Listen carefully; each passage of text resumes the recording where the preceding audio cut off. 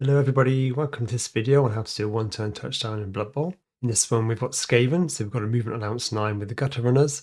It takes a minimum of 10 players to do this one, and it's going to take 2 pushes on the ball carrier, or possibly a third bonus push, so they have to do 11 or 10 movement to score the touchdown.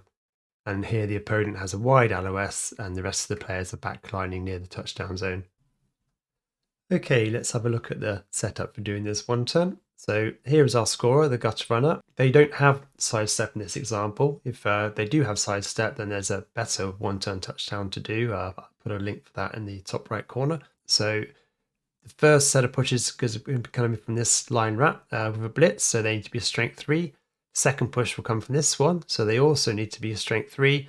And then the third bonus push comes from this one, so they need to be strength 3, and it can be useful if they have the block skill, because it's not a mandatory push at that stage, and knocking over the player with the block skill will reduce one of the dodges.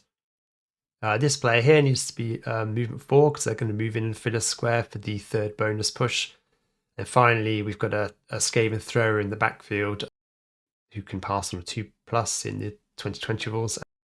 So they're going to be shotting the ball up to the gutter runner.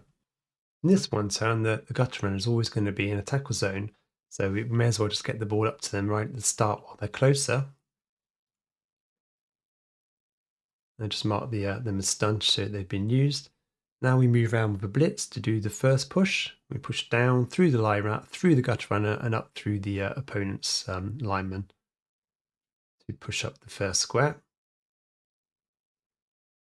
Then instead of following, we move down to fill this square, which will be useful for the next push, where we're going to push through these players, push the gutter runner up the second square.